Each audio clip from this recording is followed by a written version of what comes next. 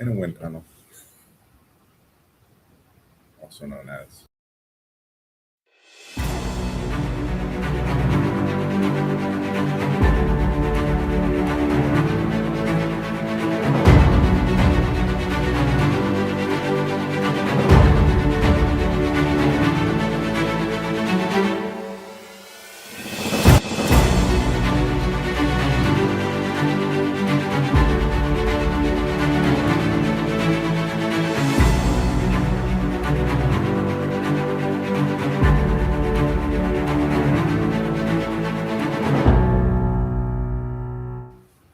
Good morning and welcome to the first episode of the Hero Podcast, proudly brought to you by the Ulster County Sheriff's Office Wellness Division. I'm your host, Hyland Winnie. I'm a 25-year correction officer with the division. In the studio today, we have our department head, Connie Carr. Good morning. Good morning. And she will be my co-host on this venture. And also in studio today, we have Officer George Hill. Good morning, George. Good morning. How you doing?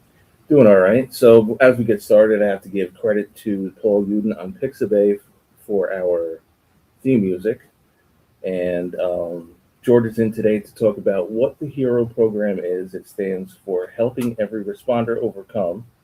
And you are the program creator. Give us a little background. So background on the program? Yes. Okay. So we started this venture probably 5-6 years ago at least. What happened was the sheriff was looking for a wellness program. We knew that a standard was going to be dropped by DCJS at any moment, and we had to have some sort of plan in place. We ended up having a CISM team, and that was established by Harry Van Vliet, Alan Rao, and Joe Murray back in 1997. So we had a good basis to start from. I think, the major difference between that programming and what we were looking to actually create was something proactive. When it comes to the CISM, it's going to be a reactive measure, like some sort of incident had to happen. So when it comes to the wellness, we're looking at how we're going to educate and then also create resiliency within the workforce. So one of the things that we looked at was what are the training programs out there? What do they got? And we traveled the country when it came to, different types of programming out there. Some of the things that we really started to focus on was it evidence-based? And, how long is this going to stick around? Because a lot of these mental health programs, for some reason, it's a fly-by-night. Somebody sells you $30,000 worth of product, and then they disappear. So myself and Joe Decker ended up going around and figuring out what program is going to work. When it came to the HERO program, data will drive actual criteria for us to look at, suicide being the number one. So we ended up finding some suicide awareness training courses like Safe Talk. So that was one of them that we pegged in. And then we actually found like the basis of the program, which is the FBI Resiliency Program. Funny story with that type of situation was when I was in the military, they had the resiliency programming. And when we actually went and took the FBI Resiliency course, I was like, wait a second, I've taken this before. So we ended up doing a little bit of research on it and found out it was all based out of the Penn State University DoD Resiliency Officer Program. So when we actually found, me and Joe went down to New Jersey, took the course. We saw how New Jersey was launching it across the state. They actually enacted a couple of laws that was requiring agencies to do it. We knew New York was going to be very similar. And then they trained everybody statewide, which was fantastic. The problem that we saw there is from our experience from CISM, we saw programming rolling out and needed more. So instead of doing just law enforcement, let's roll this out for all fire, police, EMS, dispatchers, because that works for CISM. So when we actually had the programming and we knew what the training would look like, the next steps were, how are we going to roll this out? How many people do we need? So we met with the sheriff over a few year process. Then we also had a couple of partners across the state, Mahaney's, came in. Katie Oldendowski came down, and she helped us develop an actual policy, a procedure, and whatnot. We launched it with the county. The county agreed to turn around and actually put some money and manpower into the situation. And then we ran a pilot program. And really what it came down to is a couple of surveys, a couple of trainings, and then started rolling out. You've been with the department how many years now? So 26. I did 25 full time, and then I dropped down part time last April. Part time being loosely part time. Still Don't putting let in my a lot of wife hours. know. My wife thinks full time or part time is full time, so sometimes it is. What led you into getting into CISM and officer wellness? So when I was new, I was a fireman, I was an EMT, I was with the sheriff's office, I was all over the place, and I was just hungry for training. There was this training that Mobile Life at the time, back in 2000, was rolling out called CISM. And I was like, no, I'll take that, but I'll take anything. When I actually got into the course and took it, I started to recognize like really what it was. When you're younger, you really don't think of how important it is, but for some reason that one stuck with me. And then we had 9/11, like a couple months later. So that just really solidified to me on how important it is to take care of our guys and girls in the streets. The components of the program, there's yearly trainings and then refreshers, but what all goes into getting somebody on board and up to speed to be a resiliency officer and to be a useful cog in the wheel?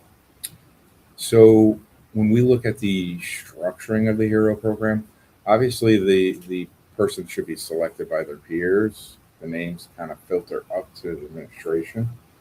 Once we get some good vetted people, people that other staff are going to trust, have conversations with. So that's like a really critical piece. I can train a monkey to do anything, but you got to have the right person in the position to do it. Once they're selected, it's a 5-day course. It's usually broken up throughout the whole year. And it doesn't matter what course you get first. You have the FBI resiliency, that's a 3-day course. If we're doing it for like volunteer staffing, it could be a couple of weeks, nights, and a couple of weekends.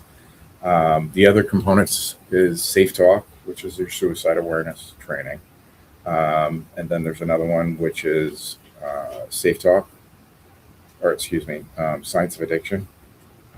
We call it SOAR.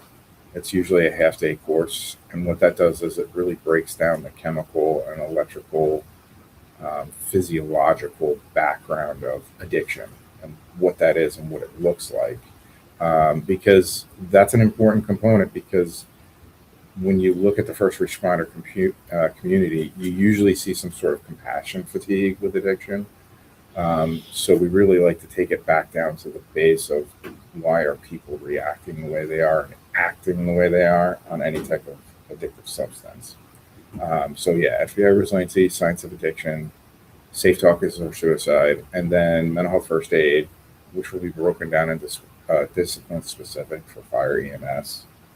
It'll be broken down for public safety, corrections, stuff of that nature. That course is really designated as how do I have this conversation? Because a lot of times, we see staff members, friends, and coworkers and whatnot. We're walking through the hallway. We know that something's not right. So how do I actually have that conversation? Like, we tell each other we're okay, we're fine. And we all know what that acronym stands for. But I'm seeing a problem and I care about my coworker and I want to have this conversation. So how do I do that? So that's a 1-day course. Yeah. And it kind of breaks down a little bit too on different types of mental health disorders that you may experience or somebody may experience, so that you can kind of see the red flags of any type of situation where you can say, all right, I've seen this in you, so let's have a conversation about this. I think when you really put all the coursework together in a sense too, it's very destigmatizing. When you have a career field of what we have. With broken bones, you can fix it. You can see it. You can touch it. When we talk about mental health, it's not something you can see or touch. Right. So it's important to start destigmatizing and having conversations, so that we can just start addressing some of the issues we got going on. Now, Connie, you come in as a licensed professional. What was unique to this, coming into this, as opposed to your private practice? What was so different, and what adjustments did you have to make, or like what was specific to this that wouldn't be something that the general public would be looking at? So I think, for me coming in as a licensed clinical social worker, with the experience that I've had, is the first responder culture.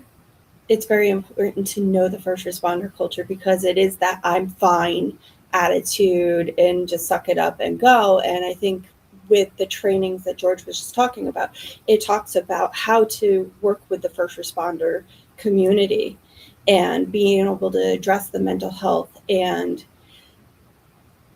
connect people with the services that they need.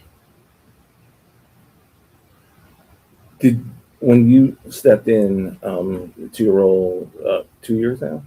Yeah, it's going on 2 years. Yeah. Were you at all intimidated? I mean, because you have your husband's in law enforcement. Were you prepared for the stuff you were going to see, or did you learn anything new coming into it that, wow, I didn't really expect that, or, oh, this is much more severe than I thought it would be? So having the background with first responders, with my husband being a first responder, myself going through the police academy, I did have that knowledge, but I feel the classes, because not only am I, a social worker, but I took all the classes that we put our peers through. And I feel like those classes actually opened my eyes to a little bit more of how to talk to different disciplines of first responders.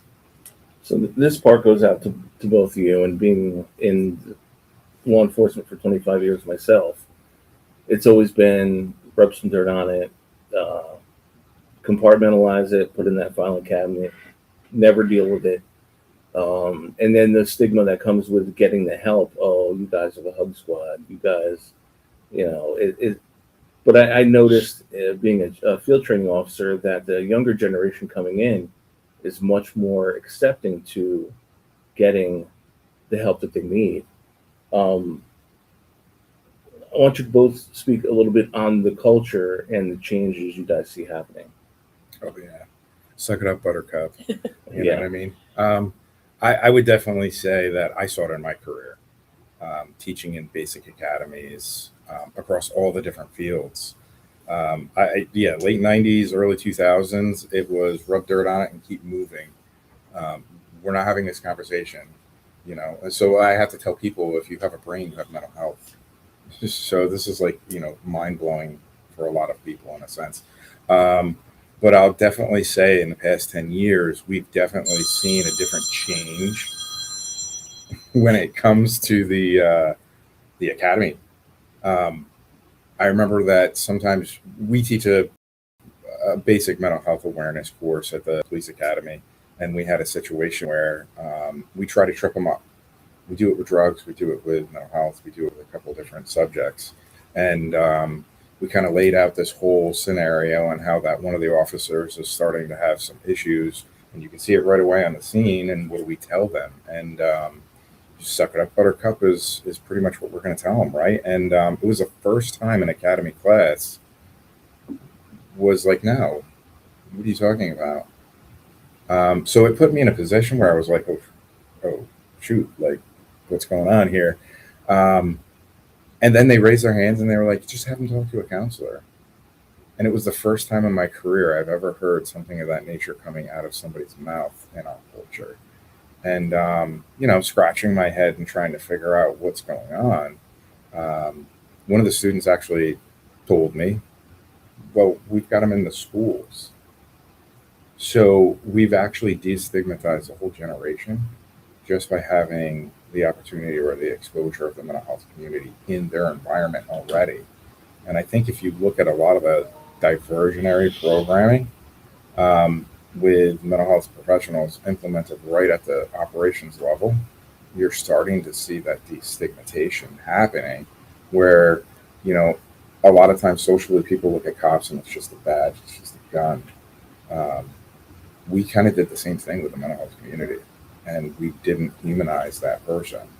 So, you know, engaging the mental health community into our disciplines are important because I really truly believe it makes us a little bit more accepting of them and their profession into our community. I don't know. And on the mental health side of the house, I'm not sure what your experience is. I think, being here for 2 years, I've actually seen, I thought when I first came in, everybody's like, oh my God, she's like the hug squad. She's going to analyze us. But I've actually seen more people be very open with me, talking with me in the hall. They see me as a person, not just the therapist that walks around. And I think that helps with when someone has something going on, that they feel more comfortable to approach me in the halls. And I hope that they see that I'm not just the therapist or the hug squad. I'm there for services. I'm there just to chit chat. Yeah. Yeah, visibility is such an important key. Yeah. If you're not seen and you're not seen actively doing stuff to help the men and women of the department and the community wide, it almost is counterproductive because it feeds back into this thing. It just allows them to continue to say, oh, well, what do they really do? Being out there and in the front and trying to be proactive for a field that is so reactive, I think is a definite important key of the whole thing being successful. Yeah. I would also say, too, is one of our major coping mechanisms is humor and whatnot. Right. So, and we all have sick, twisted senses of humor in this field. You become desensitized to so much serious stuff. Yeah. That it's like, okay, well, I've seen this 100 times. If I make a joke about it, you're going to get it because you've probably seen it 1,000 times. Yeah. It's almost like a ceiling. Yeah. That I need to break through. And, it's funny, Hug Squad, that was terminology that was used forever. And so I'll play on it, If you call us the Hug Squad, great, cool. When do you want your hug? It's $5, Right. And once I break through on that, then it doesn't have the bite that sometimes people want it to have. Yeah, if you can disarm them with that humor or giving it back to them. Yeah. A lot of times it does open up that doorway. And I think the first responder community disciplines, they do really appreciate when people will give it back to them and they will engage with humor and stuff like that. Again, It's like a ceiling. You just break it and keep going through it. Yeah. The next biggest question would be, how do we, moving forward, continue to make our program succeed and get bigger and better? I know we were the pilot program for the state of New York. Which is amazing because it's a big state. It's a tough state politically. What are the keys? What do you feel the keys are to keep being successful and to keep changing that perspective? Me personally, when I look at it, first responders are pretty consistent. They need consistency. Building consistency, building trust. That's definitely something that has to stay. Obviously, the training, and then you're going to have to adapt and overcome different generational differences is really what it comes down to. As time evolves, these will evolve. Because if we look at day one, when the sheriff turned around and was like, George, you're going to do this, even my mindset has been changed through experience on how people react to it. I think surveys are a consistently good check. Survey your agency. Make sure it's an outside survey because they are foilable. But see, what do your people want? Because you may have the Ulster County Sheriff's Office. They want finance and physical fitness. Those are the two top things that they want to help build them as a resilient workforce. You may turn around and find it's completely different in a different discipline or a different agency. So I would say, train them, launch the program, but you got to see what do the people want. Yeah, keep adding the tools to the toolbox. Yeah, absolutely. And I know a lot of smaller agencies don't have the ability. Well, then that's why we approached it the same way we did with the CISM team. Bring fire, police, EMS all together and do it as a family. We are a family, as dysfunctional as we may be, but that's what's going to get the job done. Connie, what do you see on your side of the fence with getting other licensed professionals coming on board and working with the first responder community? So that's actually one of the things that has been a big point of what I've been working on since I got into this team is making sure that there's culturally competent social workers and licensed mental health counselors that we have connections with, and bringing them on to the CISM team, making sure that if someone's coming in as CISM, that they are culturally competent. Because like you said, that dark humor, it comes out at times. And if you don't have someone that understands it or is aware, it's kind of shocking. Yeah. For a normal social worker out there, they're like, whoa, what's up? But having someone, it's very important to have culturally competent social workers, and that is one of the things that I've been working on. And there are trainings coming down the pike to help social workers be more culturally competent. I think it's one thing to learn something from a book, but it's another thing to live the experience, have family members. Right now, having more social workers, retired police, corrections, dispatch, going into the field and getting their social work degrees or their licensed mental health counselor degrees, I think that's awesome. Yeah, it's tough because I could sit and talk with George, but if George feels I need more intense therapies or additional counseling to go see a professional, if I go and sit down and the person is not relatable to me, it could be a turnoff and could cause more harm than good. So getting people on board that are trained properly and understand our culture is definitely super important. But I'm lucky enough that it is the first episode of the podcast and most of our team is here. So Brian Turner, come on the scene. And as I'm getting a look. So, Brian, welcome to the show. Hello. And just give us a little bit about your background. I retired from the city of Poughkeepsie in 2023. I started with the team about 10 years ago, and I help assist with the CISM team. And you're now an instructor as well. Yes. Do you enjoy that aspect, being able to give back with all your years of experience and to teach the up-and-coming officers or the people that have been selected to get into resiliency? I really enjoy teaching. I also teach in the academy, and I'll teach mental health awareness, critical incident training, ICISF instructors, stuff like that.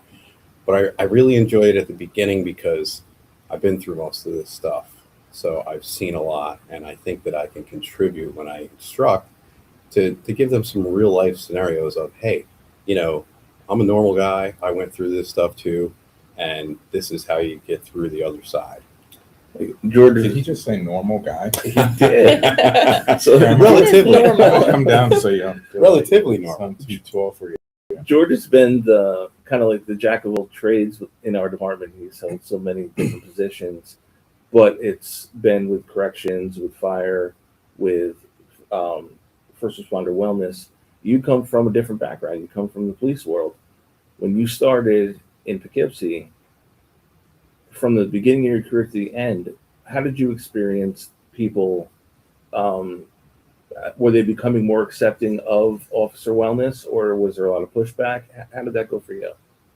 Well, that's part of the reason why George brought me on the team, is because I have the military background, fire, EMS, and all of that. So I feel as I can be a useful tool in that way too, because I can relate to different disciplines and talk their language.